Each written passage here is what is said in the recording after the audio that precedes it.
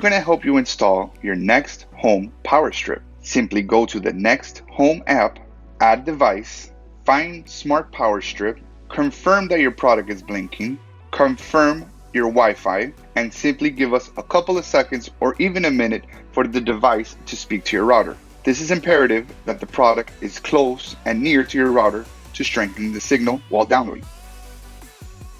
Once your product is 100% connected, put it anywhere in your home. If you want to put it in your study room, hit done, and here you are, your Smart Surge Protector Power Strip 4x4, where each individual plug can be turned on or off, or each individual USB can turn on or off.